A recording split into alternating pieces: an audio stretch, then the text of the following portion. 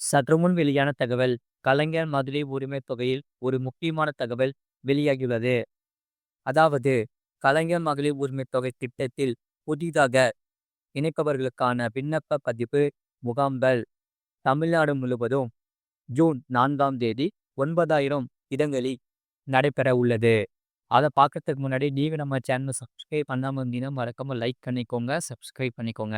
இந்த திட்டத்தை விரிவாக்கம் செய்யும் போது கூடுதல் தளர்வுகளை அரசு கொண்டு வரும் என்றும் சொல்லப்படுகிறது.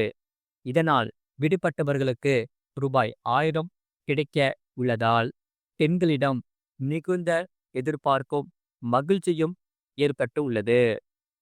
இதற்காக தமிழகத்தில் கலைஞர் மகளிர் உரிமைத் தொகை திட்டம் கடந்த 2023ஆம் ஆண்டு செப்டம்பர் 15ஆம் தேதி அன்னார் பிறந்த நாளில் முதல்வர் ஸ்டாலின் துவங்கி வைத்திருந்தார். இதன்படி பெண்களுக்கு மாதம் மாதம் ரூபாய் 1000 வழங்கப்பட்டு வருகிறது. இந்த உரிமைத் தொகையானது ரேஷன் கார்டில் உள்ள குடும்ப தலைவிக்கு மட்டுமே வழங்கப்படுகிறது. விடுபட்ட பெண்களுக்கு இதற்காகவே 1,63,00,000 விண்ணப்பங்கள் பெறப்பட்டுள்ளது. இதில் தகுதியான 1,06,00,000 பெண்களுக்கு உரிமைத் தொகை வழங்கும் பணியும் துவங்கப்பட்ட உள்ளது. இதையடுத்து விடுபட்ட 7,15,000 பேர் இந்த திட்டத்தில் கூடுதலாக சேர்க்கப்பட்டுள்ளனர். ஆனால் விண்ணப்பித்த ஏராளமானோருக்கு இந்த உரிமைத் தொகையானது கிடைக்கவில்லை என்ற அதிருப்தியும் புகாரும் எழுந்துள்ளது. இதனால் நிராகரிக்கப்பட்டோர் மீண்டும் இ-சேவை மையம் மூலம் விண்ணப்பிக்க வாய்ப்பும் வழங்கப்பட்டது.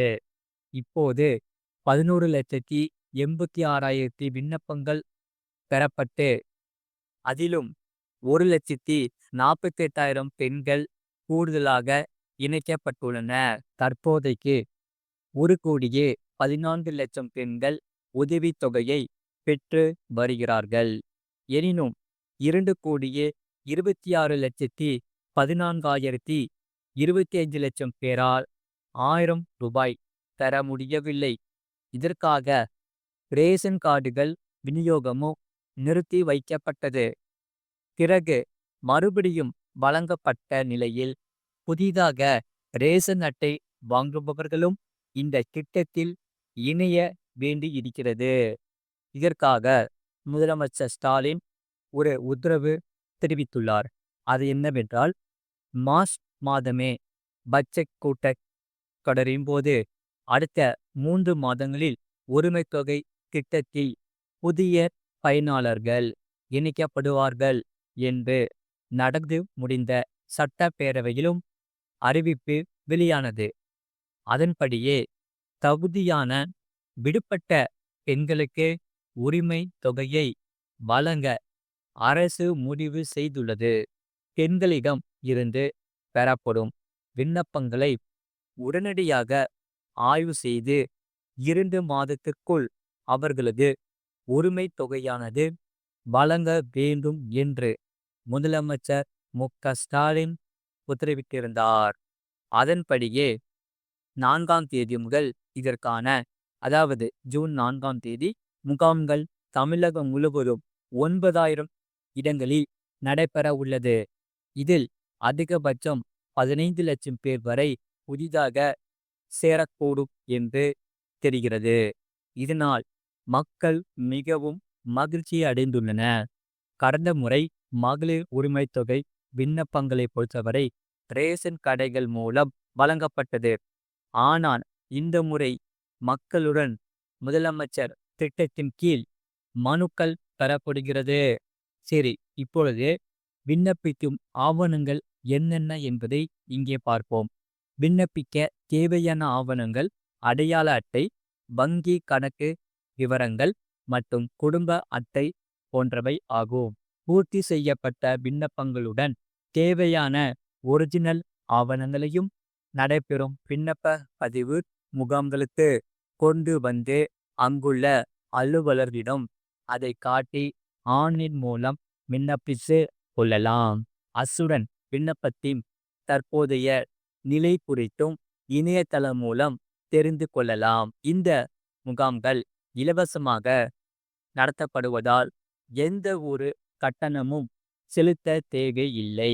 குறிப்பாக முகாம்களில் விண்ணப்பங்கள் பரிசீலிக்கப்பட்டு ஏற்கப்பட்டால் வரும் ஜூலை முதலே வங்கி கணக்கில் மாதந்தோறும் ரூபாய் 1000 வரவு வைக்கப்படும் என தெரிகிறது. அது மட்டுமில்லாமல் விவசாயிகளுக்கு ஒரு மகிழ்ச்சியான தகவல் வெளியாகியுள்ளது. கிசான் கிரெடிட் கார்டுகளுக்கான வட்டி நிவாரண திட்டம் தொடர அமைச்சரவை ஒப்புதலிட்டுள்ளது.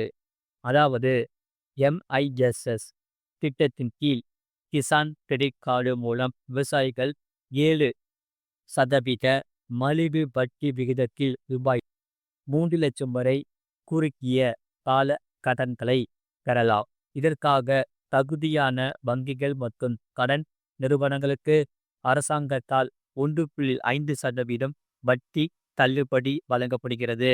நாட்டின் கோடிக்கணக்கான விவசாயிகளுக்கு ஒரு நல்ல செய்தி. கிசான் கிரெடிட் கார்டு மூலம் எடுக்கப்பட்ட கடன்களுக்கான வட்டி நிவாரண திட்டத்தை 2025 முதல் 2026 நிதியாண்டிலும் தொடர மத்திய அமைச்சரவை ஒப்புதல் அளித்துள்ளது. MISS என்பது கிசான் கிரெடிட் கார்டு KCC மூலம் விவசாயிகளுக்கு குறைந்த வட்டி விகிதத்தில் குறுகிய கால கடன்களை வழங்குவதை நோக்கமாக கொண்ட ஒரு மத்திய துறை திட்டமாகும். இந்த கடனுக்கு வட்டி மானியம் உண்டு. இந்த சலுகையை நடப்பு நிதியாண்டிலும் தொடர முடிவு செய்யப்பட்டுள்ளது. பிரதமர் நரேந்திர மோடி தலைமையில் சமீபத்தில் நடைபெற்ற அமைச்சரவை கூட்டத்தில் இந்த முடிவு எடுக்கப்பட்டது. மிஸ் திட்டத்தின் கீழ் கிசான் கிரெடிட் கார்டு மூலம் விவசாயிகள் 7% மலிவு வட்டி விகிதத்தில் ரூபாய் 3 லட்சம் வரை குறுகிய கால கடன்களை பெறலாம். இதற்காக தகுதியான வங்கிகள் மற்றும் கடன் நிறுவனங்களுக்கு அரசாங்கத்தால் 1.5% வட்டி தள்ளுபடி வழங்கப்படுகிறது. அதேபோல இது தவிர இந்த திட்டத்தில் விவசாயிகளுக்கு சிறப்பு சலுகைகளும் உள்ளது. அது என்னவென்றால், கடனை சரியான நேரத்தில் திருப்பி செலுத்தும் விவசாயிகளுக்கு 3% கூடுதல் தள்ளுபடி ஊக்குத்தொகை கிடைக்கிறது. சரியான நேரத்தில் செலுத்தும் விவசாயிகளுக்கான கடன்களுக்கான பயனுள்ள வட்டி விகிதம் வெறும் 4% குறைகிறது. இதனால் விவசாயிகள் மிகவும் மகிழ்ச்சி அடைந்துள்ளன.